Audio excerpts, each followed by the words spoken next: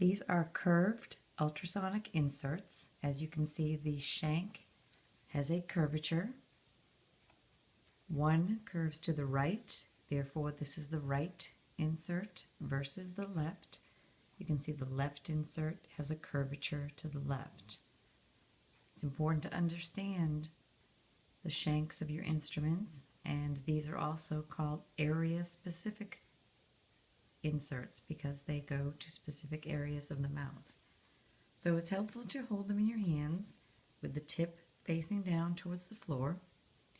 And again, you'll be able to see that the curve of the bump goes to the right. That means this is your right insert. And then on the left, you can see it curves to the left. So that is your left insert. Let's look at a different way to do it. If we look here at tooth number 30, we can take the right insert and put it on the occlusal. The clinician can see that the curvature goes to the right, therefore they know they are holding the right insert. We also know that the curvature of the back of the insert is going to go against the surface that you are entering. So we know that the right insert is going to go on the buccal here of number 30 in a vertical approach. And when we say vertical approach, we're talking about an approach similar to the probe.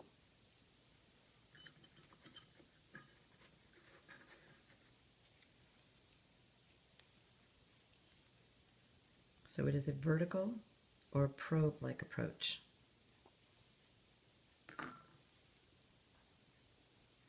So again, the right insert on the occlusal of number 30 curves to the right. Therefore, we know in a vertical approach or probe-like approach, this is where we would enter the furcation. And you'll see it on a periodontal typodont in just a minute. We also know that if this is the correct insert for tooth number 30 on the buccal, we know it's going to be the correct periodontal probe insert on the lingual of the opposite side.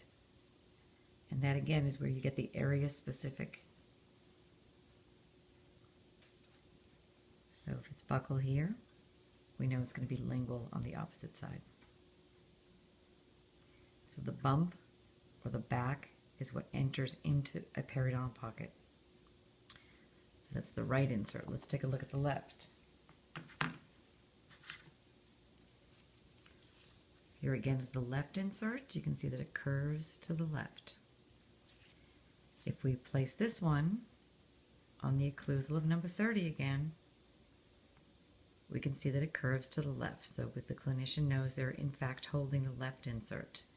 But more importantly, the clinician should be able to see that curvature or that bump and know that it's going to go against the lingual here of number 30. So you're going to enter into your pockets vertically with the back of the insert or the bump against the tooth. We know that if it's lingually here, it's going to be buccally here. So buccal, lingual. And it's important to lead with the back of the insert because we need to understand that we should always have about 2 to 3 millimeters of adaptation at all times. Looking at this insert, it's got some red nail polish on it here to show what about 2 millimeters looks like.